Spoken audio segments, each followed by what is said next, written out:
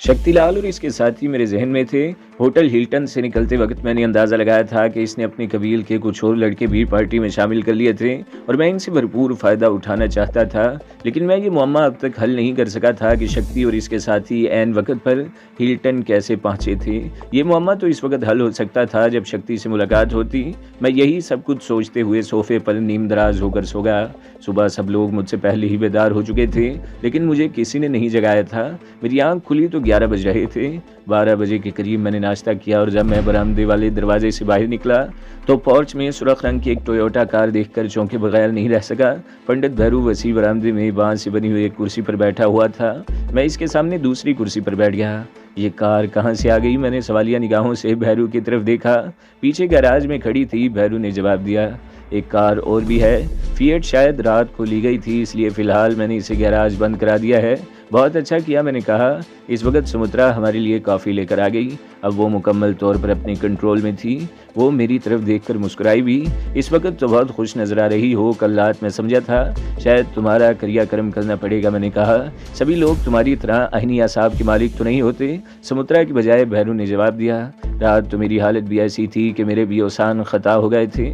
मेरी हालत तुम नहीं देखी ही थी। इसने हल्का सा कहका लगाया, फिर बोला, तुम्हारी हिम्मत देखकर मैंने हौसला पकड़ा था। अगर अकेला होता तो मेरा अंतिम संस्कार हो चुका होता। हौसला और जुर्रत यही दो चीज़ें हैं जो इंसान को जिंदा रखती हैं। मैंने भैरू की तरफ देखते हुए कहा, ये दोनों चीज़ें ना हो तो जीवन किस काम का? ठीक कहते हो। भैरू के मुंह से गहरा सांस निकल गया। हम दोनों कॉफ़ी की चुस्कियां लेते रहे। रत्ना भी बाहर आ गई और फिर रत्ना और सुमित्रा उठकर लॉन की तरफ चली गईं। भैरू के इस बंगले में आए हुए 3-4 दिन हो चुके थे, मगर मेरा ज़्यादा वक्त अंदर ही गुजरा था। इस वक्त मैं भी उठकर भैरू के साथ बरामदे से बाहर आ गया। बंगले की इमारत के इर्द गिर्द बहुत वसी और इस कंपाउंड था। मेरा अंदाज़ा दुरुस्त था, 10 एकड़ रकबा, जिसमें तरह तरह के दरख्त लगे हुए थे। इनमें कई फलदार दरख्त थे। झाड़ियाँ हर तरफ फैली हुई थीं। जाहिर है देखभाल न होने का नतीजा यही निकलता था। बंगले की इमारत के बाएं पहलू में किडनी शॉप का एक बहुत बड़ा स्विमिंग पूल भी था, मगर इसमें पानी नहीं था। इसके इर्द गिर्द लॉन की दबीज घास बेतहाशा बड़ी हुई थी। इस लॉन के अतराफ में दरख्तों ने हिसार बना रखा था। चौड़े और गुंजान पत्तों वाले इन दरख्तों का फैलाव ज्यादा नहीं था, बिल्कुल सीधे ऊपर तक चले गए थे। एक दूसरे के साथ मिले हुए होने की वजह से एक मजबूत दीवार सी बन गई थी और इस तरह स्विमिंग पूल के गिर्द एक पर्दा बन गया था। इस बंगले तक पानी पहुंचाने के लिए खास तौर पर पाइपलाइन बिछाई गई थी। ये बंगला चूंकि बुलंदी पर था, इसलिए पानी ऊपर तक पहुंचाने के लिए इस पाइपलाइन में ताकतवर सेक्शन पंप लगा हुआ था। टेलीफोन और बिजली की लाइनें तो थी ही। ये ज़मीन मैंने तकरीबन 10 साल पहले ख़रीद ली थी। पंडित भैरू मेरे साथ चलते हुए बता रहा था। इस ज़मीन की ख़रीदारी और इस पर होने वाली तामीर को मैं राज में रखना चाहता था। मैं पंडित भैरू सिंह की हैसियत से ये सब कुछ नहीं कर सकता था, इसलिए इस वक्त भी मुझे इस तरह भेस बदल कर सामने आना पड़ा। वो चंद लम्हों को खामोश हुआ, फिर बात जारी रखते हुए कहने लगा, लोग यही समझते थे कि ये पहाड़ी के एक ठोकर ने ख़रीदी है। तकरीबन 6 साल तक ये पहाड़ी ऐसे ही पड़ी रही और फिर मैंने एक ठेकेदार कोलकाता से बुलवाया था। तमाम मजदूर और कारीगर भी बाहर से बुलवाए गए थे। अगर मैं इस एहतियात से काम न लेता तो आज हम आज़ादी से यहाँ नहीं रह सकते थे। भैरू ने बंगले की तामीर के सिलसिले में राजदारी की जो एहतियात बरती थी वो मुझे सुमित्रा बता चुकी थी। हम तकरीबन 1 घंटे तक घूमते रहे। भैरू मुझे बता रहा था कि इसने अगरचे बंगले की हिफाजत के लिए बहुत माकूल इंतजाम कर रखे हैं। रात के वक्त 4 दीवारी के ऊपर लगी हुई खारदार तारों में करंट छोड़ दिया जाता है, मगर वो इन इंतजामात से मुतमईन नहीं था। नागराज का खौफ इसके दिलो दिमाग पर छाया रहता था, लेकिन अब इसे उम्मीद पैदा हो चली थी कि इसे जल्द ही इस राक्षस से निजात मिल जाएगी। शाम का अंधेरा फैलते ही मैं और रत्ना बाहर जाने के लिए तैयार हो गए। यूं तो मैं सुमित्रा को साथ ले जाना चाहता था, लेकिन वो गुज़श्ता रात नागराज, बेला और पंडित अमरीश की नज़रों में आ चुकी थी। इसका चेहरा अभी इनके जहनों में ताज़ा होगा, फौरी तौर पर पहचान ली जाएगी। हालांकि ये बात भी तय थी कि वो तीनों हमारी तरह सड़कों पर नहीं फिर रहे होंगे कि हम इनकी नज़रों में आ जाते। जबकि रत्ना के बारे में मैं ये कह सकता था कि अब तक मेरा और इसका कोई ताल्लुक सामने नहीं आ सका था। मैंने पंडित भैरू से खतीर रकम ले ली थी और इसने मुझे टोयोटा की चाबी भी दे दी। मैंने कपड़े के थैले में लपेट कर कार के डैशबोर्ड वाले खाने में रख दी और एक काराकोफ राइफल पैसेंजर सीट के आगे फिट सीट के नीचे डाल दी और इस पर रत्ना ने पैर रख लिए। ये राइफल रत्ना के पास थी, मेरे लिए पिस्तौल मौजूद था। रवाना होने से पहले पंडित भैरू ने हमें आशीर्वाद दिया। कार की टंकी फुल थी, इसलिए मुझे पेट्रोल की फिक्र नहीं थी। शहर रंग बिरंगी रोशनियों से जगमगा रहा था। मैं मुख्तलिफ सड़कों पर घुमाता रहा कार को और फिर एक शॉपिंग एरिया के सामने रोक लिया। जहाँ पानी पूरी का एक ठेला भी था। मैंने ठेले वाले को इशारा करके पानी पूरी लाने को कहा। खाने पीने की चीज़ों में खटाई को औरत की सबसे बड़ी कमज़ोरी समझा जाता है।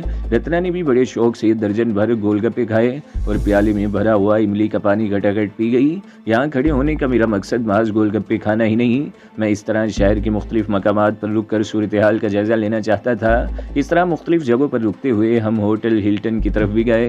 होटल के गेट पर 2 मुसल्लह पुलिस वाले नजर आ रहे थे। मैं रुके बगैर कार को आगे बढ़ाता गया। तकरीबन 9 बजे के करीब मैंने कार रेड लाइट एरिया के करीब एक नीम तारीख गली के मोड़ पर रोक ली। तुम कार में बैठी रहो, मैं चंद मिनट में आता हूँ।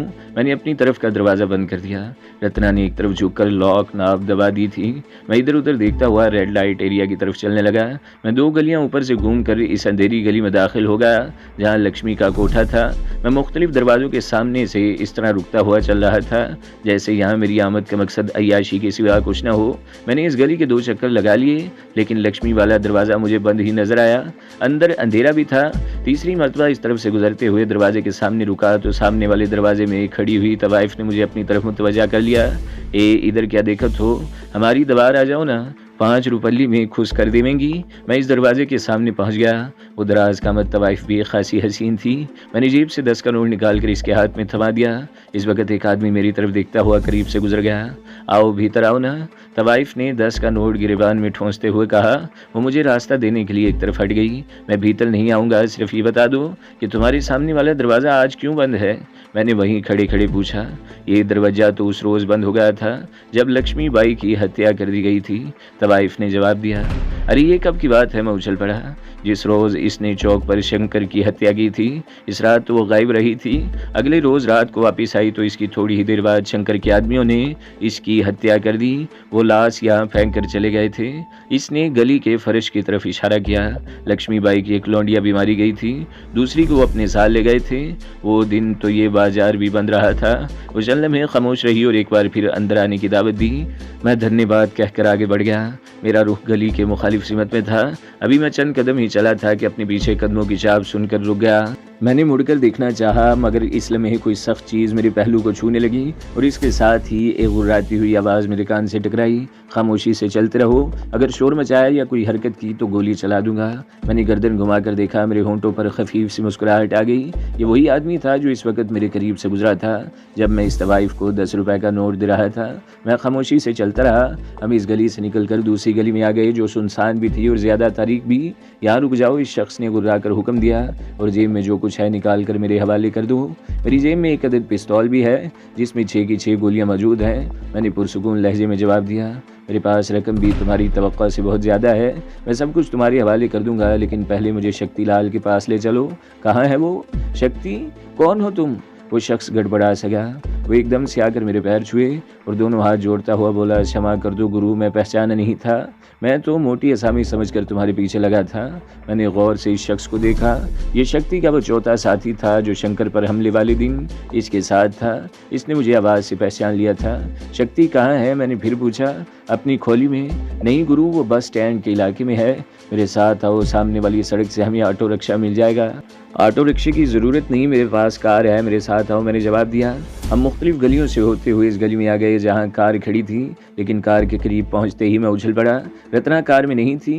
मैंने जल्द से आगे बढ़कर पैसेंजर साइड वाले दरवाजे के हैंडल पर हाथ रखकर अपनी तरफ खींचा। दरवाज़ा खुल गया। मेरी नज़र सबसे पहले फ्रंट सीट पर पड़ी थी। फ्रंट सीट की हालत बता रही थी कि काराकोफ राइफल वहाँ मौजूद नहीं थी। मैं दरवाज़ा बंद करके इधर उधर देखने लगा। एक लम्हे के अंदर अंदर मेरे जहन में सैकड़ों ख्यालात आए थे और फिर गली के अंदर की तरफ तारीकी में एक हियोले को मुतहर्रिक देखकर मैंने जेब से पिस्तौल निकाला, लेकिन वो हियोला जैसे ही आगे आया मेरे मुंह से गहरा सांस निकल गया। वो रत्ना थी। एक आदमी मशकूक अंदाज में 2-3 मरतबा कार के सामने से गुजरा था, इसलिए मैं कार से उतरकर इस मकान की तारीक ड्योडी में छुप गई थी। रत्ना ने गली की तरफ इशारा किया। किसकी हिम्मत है जो हमारे इलाके में हमारे आदमियों को परेशान करे? शक्ति के चेले ने आगे बढ़ते हुए कहा, मुझे बताओ दीदी, वो कौन थे? चलो बैठो, हमारे पास ज़्यादा वक्त नहीं है। मैं कहते हुए ड्राइविंग सीट पर बैठ गया और पिछले दरवाजे की लॉक नाब हटा दी। रत्ना अपनी सीट पर बैठ चुकी थी। इसने हाथ में पकड़ी हुई काराकोफ दोबारा फ्रंट सीट के नीचे रख दी थी। मैंने इंजन स्टार्ट किया और कार आगे बढ़ा दी। बस स्टैंड के इलाके में पहुंचने में ज़्यादा देर नहीं लगी। शक्ति का चेला गोबंद रास्ते भर बोलता रहा। इसके कहने पर मैंने कार एक जगह रोक ली और हमें वहीं रुकने का कहकर वो खुद कार से उतर गया। मैं कुछ देर तक इसे एक तरफ जाते हुए देखता रहा। ये बारोनक शॉपिंग एरिया था। मैंने कार आगे बढ़ा दी और एक शॉपिंग सेंटर के सामने पार्किंग एरिया में ऐसी जगह रोक ली जहाँ से मैं चारों तरफ निगाह रख सकता था। 10 मिनट गुजर गए, ना ही गोविंद वापस आया और ना ही शक्तिलाल की सूरत कहीं दिखाई दी। गोविंद भी गायब हो गया। रत्ना इधर उधर देखते हुए बिड़बिड़ाई, इन लोगों का कोई एक ठिकाना तो नहीं, वो शक्ति को तलाश कर रहा होगा, मैंने कहा। और फिर चंद लम्हों की खामोशी के बाद इसे लक्ष्मी के बारे में बताने लगा। बेचारी रत्ना अफसोस का इजहार करते हुए बोली, इसने अपनी मौत को खुद ही दावत दी थी। हमारे साथ रहती तो महफूज रहती। वो लोग इसकी ताक में होंगे और लक्ष्मी जैसे ही वहाँ पहुंची इसे मौत के घाट उतार दिया गया। शंकर की मौत के बाद वो खुद भी शायद जिंदा नहीं रहना चाहती थी, मैंने कहा। अरे ये यहाँ कहाँ? रत्ना कहते हुए सामने देखने लगी। कौन? मैंने भी इसकी तरफ देखा। वो रजनी थी, मेरे साथ प्रेम निवास रेस्टोरेंट में काम करती है। रत्ना ने सामने इशारा किया। साड़ी में मलबूस दराज कामत खूबसूरत लड़की एक अधेड़ उम्र आदमी के साथ इस तरफ आ रही थी। वो सामने वाले शॉपिंग सेंटर से निकले थे और दोनों के हाथों में शॉपिंग बैग थे। वो पार्किंग एरिया में दाखिल होकर हमारी तरफ ही आ रही थी और फिर दाएं तरफ वाली कार के करीब रुक गए। मर्द कार का दरवाज़ा खोलने लगा। अरे रजनी! रत्ना कार से उतर कर इसकी तरफ बढ़ी। रजनी बड़ी गर्मजोशी से इससे मिली। वो 2-3 मिनट तक बातें करती रहीं। रजनी की बातों से मैंने अंदाज़ा लगाया कि रेस्टोरेंट वालों को रत्ना पर किसी किस्म का शुबा नहीं था। अलबत्ता सेठ परेशान ज़रूर था कि वो बगैर इतला के इतने रोज़ काम पर क्यों नहीं आई। एक मुलाजिम को इसके घर भी भेजा गया था मगर वहाँ ताला लगा हुआ था। रजनी का साथी कार में बैठ चुका था। फिर रजनी भी रत्ना से हाथ मिलाकर कार में बैठ गई। रत्ना अपनी कार में आ गई और रजनी से होने वाली गुफ्तगू के बारे में आगाह करने लगी। यह इत्मीनान तो हुआ कि रेस्टोरेंट में मेरे बारे में कोई शुबा नहीं हुआ। रत्ना ने गहरा सांस लेते हुए कहा, इसका मतलब है कि ज़रूरत पड़ने पर हम तुम्हारा मकान इस्तेमाल कर सकते हैं, मैंने कहा। बिल्कुल, अब हमें वहाँ जाने में कोई ख़तरा नहीं, रत्ना ने जवाब दिया।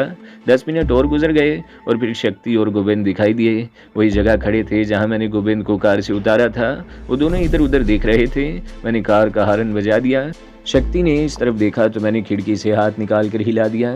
शक्ति तेज तेज कदम उठाता हुआ पार्किंग एरिया की तरफ आ गया। इस दौरान मैंने कार का पिछला दरवाज़ा खोल दिया था। पाए लागू गुरु वो हाथ जोड़ते हुए खिड़की के सामने खड़ा हो गया। अगर तुम्हें यहाँ कोई ज़रूरी काम हो तो पहले बैठ जाओ, मैंने कहा। यहाँ कोई काम नहीं गुरु, शक्ति ने कहा। गोविंद की तरफ देखकर हाथ हिलाया और पिछली सीट पर बैठ गया। मैंने इंजन स्टार्ट करके कार को पार्किंग एरिया से निकाला और सड़क पर एक तरफ मोड़ दिया। 10 मिनट बाद मैंने कार एक मंदिर की तरफ जाने वाले रास्ते पर मोड़ कर रोक ली। इस वक्त 9 बजने वाले थे और इस सड़क पर इक्का दुक्का लोगों की आमदरफ्त थी। मैंने इंजन बंद कर दिया और सीट पर पीछे मुड़कर बैठ गया। सबसे पहले ये बताओ कि कल रात तुम होटल हिल्टन कैसे पहुंच गए? मैंने शक्ति के चेहरे पर नजरें जमाते हुए कहा। और तुम्हें ये कैसे पता चला कि हम इस होटल के अंदर और छठी मंजिल पर किस कमरे में है? शक्तिलाल मुस्कुरा दिया। वो चंद लम्हे रत्ना की तरफ देखता रहा, फिर मेरी तरफ रुख करके बोला, बात यह है कि गुरु के कल रात जब आप लोग हिल्टन होटल में दाखिल हुए थे तो मिट्ठू राम ने तुम्हें और राधा को देख लिया था। इसने रत्ना की तरफ देखते हुए कहा। मिट्ठू राम ने फ़ौरन ही मुझे ठाकर रेस्टोरेंट फ़ोन कर दिया। इसे मालूम था कि मैं इस वक्त वहीं बैठा हूँगा। रेस्टोरेंट में ना होता तो चंद मिनट के अंदर अंदर मुझे पैगाम मिल जाता। बहरहाल मिट्ठू का पैगाम मिलते ही मैं वहाँ से भाग निकला। इस वक्त 3-4 लड़के मेरे साथ थे। मुझे मालूम था कि नागराज हिल्टन की छठी मंजिल के एक स्वेट में ठहरा हुआ है। मैंने जैसे ही सुना कि तुम लोग भी वहाँ पहुँच गए हो तो मुझे सूरत हाल का अंदाज़ा लगाने में दुश्वारी पेश नहीं आई। मैं जब होटल पहुंचा तो मिट्ठू राम ने बताया कि तुम लोग इनके कब्जे में आ चुके हो और वो लोग तुम्हें नागराज वाले कमरे में ले गए हैं। दरअसल जब तुम लोगों को लिफ्ट से निकलते ही 2 आदमियों ने राइफल की जद पर लिया था। मिट्ठू इस वक्त जीने पर था, वो फ़ौरन ही वापस आ गया। वो इस वक्त अकेला था और कुछ कर नहीं सकता था। वो बाहर आकर हमारा इंतज़ार करने लगा। सूरत हाल का इल्म होते ही मैं भी परेशान हो गया। अगर हम छठी मंजिल पर हल्ला बोल देते तो कुछ फ़ायदा न होता, तुम्हें और हमें नुकसान उठाना पड़ता। मैंने एक और तरफ से रिस्क लेने का फ़ैसला किया। इस वक्त मेरे साथ 5 आदमी थे जिन्हें मैंने मुख्तलिफ पोजीशनों पर खड़ा कर दिया और भानोट को बाहर से छठी मंजिल के आखिरी कमरे की खिड़की पर फायर करने का इशारा किया। इस वक्त खिड़की के करीब कुछ साए से हरकत करते नजर आ रहे थे। भानोट की चलाई हुई पहली गोली पता नहीं किस तरफ चली थी, अलबत्ता दूसरी गोली खिड़की के शीशे पर लगी। मुझे तवक्का थी कि शीशा टूटने से कमरे में कुछ खलबली ज़रूर मचेगी और तुम लोग इससे फ़ायदा उठाने की कोशिश करोगे। वो खामोश होकर चंद लम्हे मुस्कुराता रहा, फिर बोला, मेरा ख्याल दुरुस्त निकला। खिड़की के करीब कुछ अफरा तफरी नजर आई। अंदर की तरफ क्या हो रहा था इसका भी मैं कुछ अंदाज़ा लगा सकता था। हम लोग भी फ़ौरन हरकत में आ गए। एक आदमी बाहर वाले गेट पर खड़ा हो गया। लॉबी में भी 1-2 फायर करने से हमारा मकसद हासिल हो गया था। लोग कमरों में और कोनों खुदरों में घुस गए। थोड़ी ही देर बाद ऊपर से फायरिंग की आवाज़ें सुनाई देने लगीं। मुझे समझने में देर नहीं लगी कि छठी मंजिल के इस कमरे में मार्का शुरू हो चुका है। मैं मिट्टू को लेकर लिफ्ट की तरफ दौड़ा। मैंने तय कर लिया था कि अगर तुम लोगों में से किसी को नुकसान पहुंचा तो नागराज के आदमियों में से किसी को जिंदा नहीं छोड़ूंगा। लिफ्ट से निकलते ही तुम लोगों से सामना होगा, और जब ये पता चला कि नागराज दूसरी लिफ्ट से नीचे गया है तो हमारे लिए वहां रुकने का मौका नहीं था। लेकिन नागराज इस वक्त हमें धोखा देने में कामयाब हो गया था। वो चलने में खामोश हुआ, फिर बोला, राधा की मौत का मुझे बहुत दुख पहुंचा है, लेकिन इसकी मौत रायगान नहीं जाएगी। हम इसका बदला ज़रूर लेंगे। मगर गुरु, तुम्हारे साथ वो लंबा सा आदमी और वो छोकरिया कौन थी? पंडित भैरू शक्ति वाकई उछल पड़ा। मगर इसे तो नागराज ने मंदिर ही में जलाकर भस्म कर दिया था। मंदिर भस्म हो गया था, भैरू बच निकला। मैंने कहा, मंदिर को आग लगाए जाने से पहले मैं तकरीबन 2.5 महीने इसके पास रहा था और अब फिर इसके पास हूँ। 3-4 रोज़ पहले इत्तेफाक से इससे मुलाकात हो गई थी। ये गाड़ी भी इसी की है। बहरहाल, तुम्हारे पास कितने आदमी हैं? गुज़श्ता रात मैंने अंदाज़ा लगा लिया था कि तुम्हारे परिवार में कुछ बढ़ोतरी हुई है। हाँ गुरु, शक्ति मुस्कुराया। शंकर और इसके 3-4 बड़े गुर्गों की मौत के बाद कुछ और लोग यहाँ कदम जमाने की कोशिश कर रहे हैं। इनमें एक मैं भी हूँ। मेरा परिवार में अब 10 आदमी हैं, जिनमें 2 छोकरियाँ भी हैं। मैंने पूरे शहर में ये बात घुमा दी है कि कोई दुकानदार किसी बदमाश को हफ्ता न दे। हम बगैर भत्ते के इनकी रक्षा करेंगे। तुम्हारी कृपा से हमारे यहाँ कदम जम रहे हैं गुरु, लेकिन तुम किसी को बिला वजह तंग नहीं करोगे और किसी पर जुल्म नहीं करोगे। मैंने कहा, जो खुद जुल्म का शिकार रहा हो वो किसी बेगुनाह पर जुल्म नहीं कर सकता। अलबत्ता किसी जालिम को छोड़ूंगा नहीं, शक्ति ने जवाब दिया। नागराज का क्या हुआ, इसे तलाश करना बहुत ज़रूरी है। मैंने असल मौजू पर आते हुए कहा, कल रात नागराज हमें धोखा दे गया था। शक्ति बोला, तुम समझे थे कि वो लिफ्ट के ज़रिए फ़रार हो गया है, लेकिन वह हरामी सामने वाले कमरे में घुस गया था।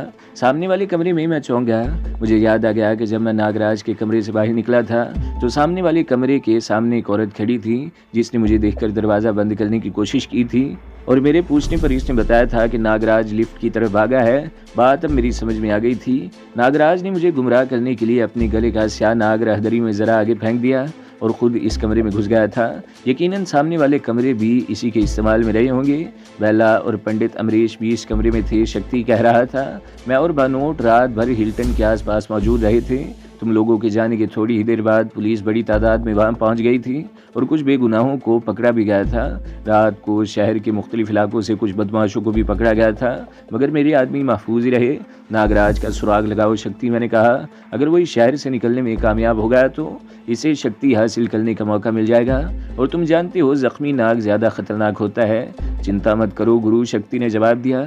ज़्यादा से ज़्यादा 1-2 दिन में पता चला लूँगा, लेकिन तुमसे रब्ता करने का मसला है। कोई इमरजेंसी हो तो कैसे इतला दूंगा। मैंने इसे पंडित भैरू का फ़ोन नंबर बता दिया। 3 हिंसों का ये नंबर याद रखना ज़्यादा मुश्किल नहीं था। फिर मैंने डैशबोर्ड के खाने से कपड़े का लिपटा हुआ थैला निकालकर इसकी तरफ बढ़ा दिया। ये 1 लाख रुपए है। मैंने कहा, अपने आदमियों को कुछ खिलाओ पिलाओ, इनके हुलिये बदलो, ताकि ज़रूरत के वक्त बड़े होटलों और क्लबों में आने जाने में कोई दुश्वारी पेश ना आए। तुम तो मुझे अपने एहसानों के बोझ तले दबाए जा रहे हो गुरु, शक्ति ने कहा। मैं तुम पर कोई एहसान नहीं कर रहा। मैंने कहा, मेरे पास पैसे हैं तो तुम्हें भी दे रहा हूँ, ना होते तो शायद मैं तुमसे कुछ मांग लेता। तुम्हारे लिए तो मेरी जान भी हाजिर है गुरु, शक्ति बोला।